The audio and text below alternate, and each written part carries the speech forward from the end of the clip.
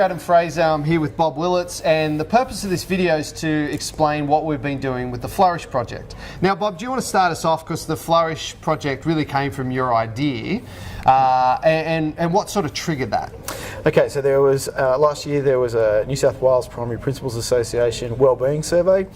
And the major concern of that survey, in a nutshell, is that a significant proportion of principals in New South Wales were either not coping or just coping with the demands of the role of being a principal. And now 6 months later, after doing the Flourish program, I feel like, oh my God, 6 months ago, I can't believe I was actually like that and that stressed and that really dysfunctional compared to what I'm doing now. When I sit back and actually think about it, I have. At first, I didn't think I would, I'll be honest. I was a little bit, yeah, right. But no, I've made some really significant changes, and what made it possible was the actual tool to do that. Everybody talks about, oh, I'm going to change this, I'm going to become more organised, I'm going to set lists, but you gave us the tools to actually be able to do that, and it made it work, and so then you feel successful, so you're like, okay, I can put some time and effort into this because I'm getting something out of it. But I'll be honest, the first day I came, I was in probably a really bad place. I actually didn't know if this is the job for me. It was getting that bad, and it made me doubt everything, all the skills that I know I actually had and have, but I was so overwhelmed by everything else. And that first day when I was able to sit back and hear stories of everybody else, and that whole idea of being that permission to be vulnerable made the world of difference for me, because I could actually hear other people, listen to other people and go, I'm not alone in this, and it's okay to say that I'm really struggling. So okay to acknowledge it, but also then the tools to be able to do something about it and make some changes and make this job what I want it to be, which, you know, it's got the potential to be that.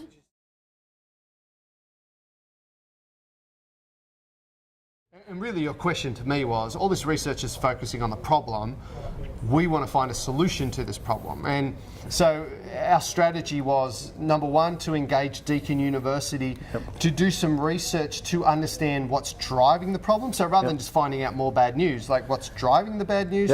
And then my big role was to design a 12-month intervention that would actually improve well-being and efficiency. And that's 4 days, like 1 day every term, with behaviour change support in between. So if you think about this program, how is it different? Because it's been very successful. How is it different to other programs that you've done?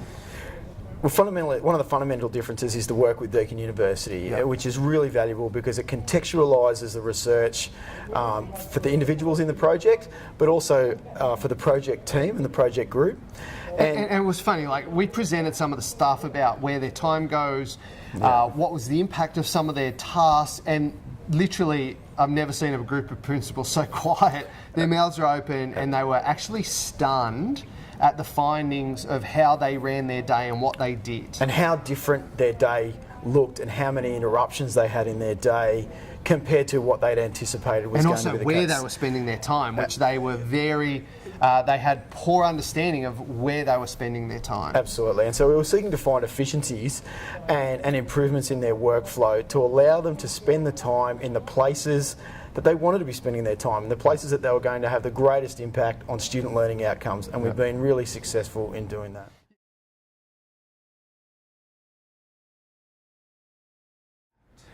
Well, the impact's been a much more productive way of looking at things at work. I'm in a better headspace when I get to work. I'm feeling more relaxed when I'm at work. I've been able to achieve more when I'm there.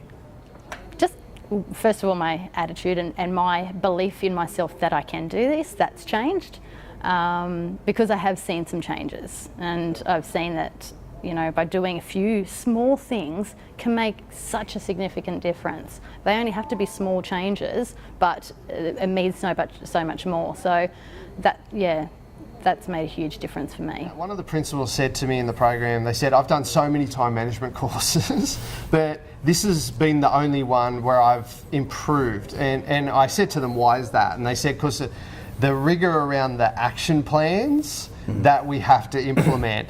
And we've almost like we've rode them really hard and driven them to.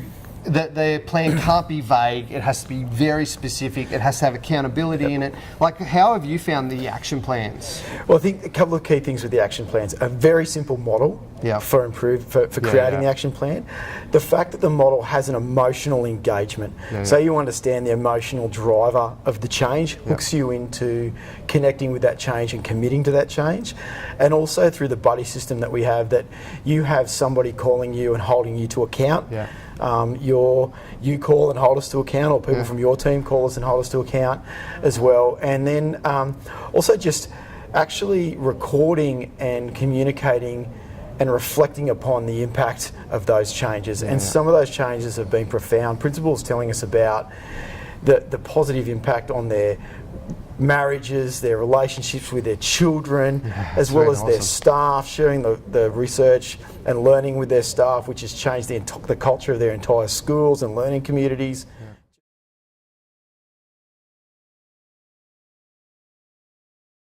And I think one of the reasons why it works so well is that it's over such a long period of time, and we have action plans that we work through together. I'm new to the principal role.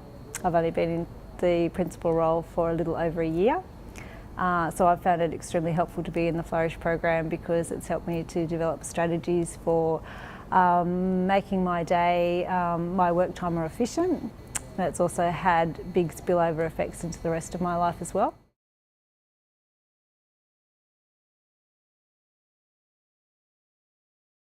One of the things I see is the collegial support. We're seeing people collaborate across schools, share resources, work on certain things and share them across the group. Like, what's your view of, because I think one of the most important things has been the collegial support. Like, what's your view on that? I think one of the key things with the collegial support has been having really experienced people, as well as new principals, come along and share strategies that have been successful for them.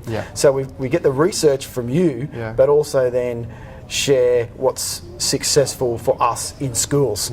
And we have business things that are going to be effective as a manager anywhere, but also the things that we know work in schools that we're sharing.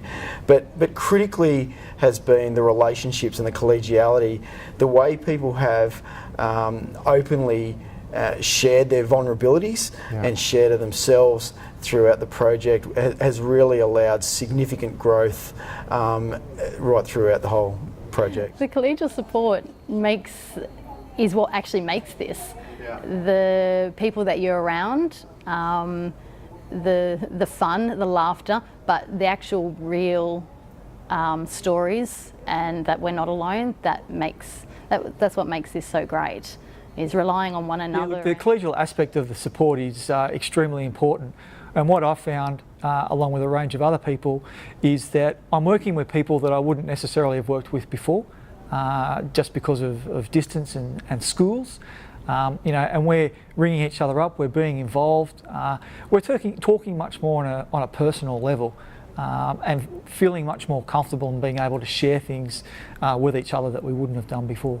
And that's really what we've been focusing on in Flourish, is how do we help principals evolve to work in a way, because their world's changed, how do they evolve with that in a way where they're efficient but also their well-being is supported? I think there's two things you just mentioned there. Number one is the efficiency and effectiveness is really, really important, and you feel better about yourself if you feel like you're doing a better job.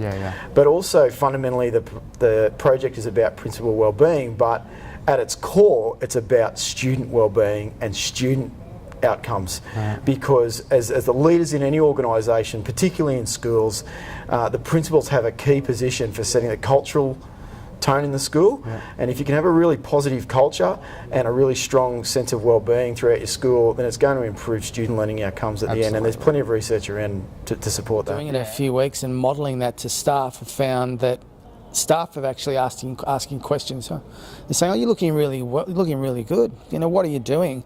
And they've actually asked me to present to them what I'm doing for my well-being. So there's definitely been a flow-on effect from the school, and I think the staff have taken on probably just in the last 6 months, probably 6 to 8 extra projects, which I don't think they would have taken on before, because I probably wouldn't have paved the way. I probably would have just dismissed it and said, oh look, we don't have time for that.